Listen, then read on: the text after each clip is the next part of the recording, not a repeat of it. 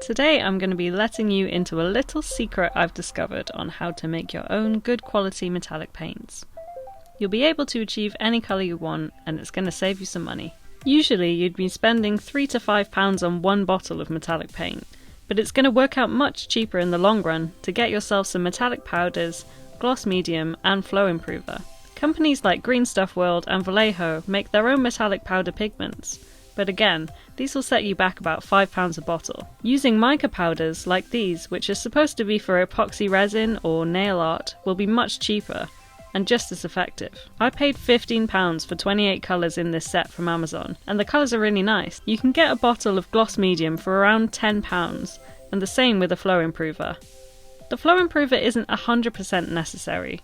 The only difference between using that and water is that it's supposed to break the surface tension, rather than just thinning down the mixture, though a tiny bit of dish soap will actually do the same. Be careful not to add too much though, because it will make bubbles. So probably best to dilute some in water first, and then add a few drops of the soapy water as flow aid substitute. I've got a selection of metallic paints here, just to see if there's any difference between the ranges. These aren't the same colour, but they're just here to give a comparison to my mix.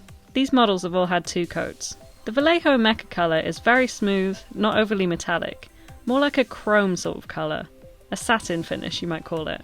The Green Stuff World Metal colour is very pigmented, very smooth and even, probably slightly nicer than the Mecha colour, but that might just be my colour preference. And here's my budget version. It's actually much shinier and more metallic than the others. It's kind of hard to pick up on camera, but it has much more of a shimmer. If you want to tone it down a bit, all you need to do is replace your gloss medium for matte medium. The model on the left is with matte, and the model on the right is with gloss. Again, it's hard to see a difference on camera. It's subtle, but if you want more of a chrome finish rather than a glitter, the matte might be better for you.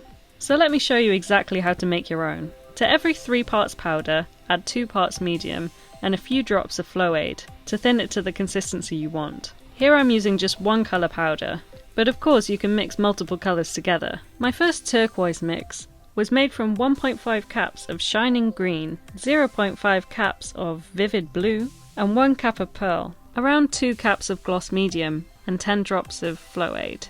You might not be able to find the exact same brand of mica powders, but there seem to be loads of similar products out there. Here's a Vallejo Brassy Brass game colour for comparison. I think it looks great. It's really smooth and the sheen is just what I wanted. There's not any noticeable difference in quality between the store-bought and my own mix. If you were wondering if metallic cosmetics, like eyeshadow or blusher, could be used to make metallic paints, well, I was, so I tried it out. Just FYI, it does work, but probably not saving you any money. It's kind of like using the powder pigment in diluted form and paying a premium for the privilege. Just thought I might as well share that info with you, just in case you were about to raid someone's makeup drawer.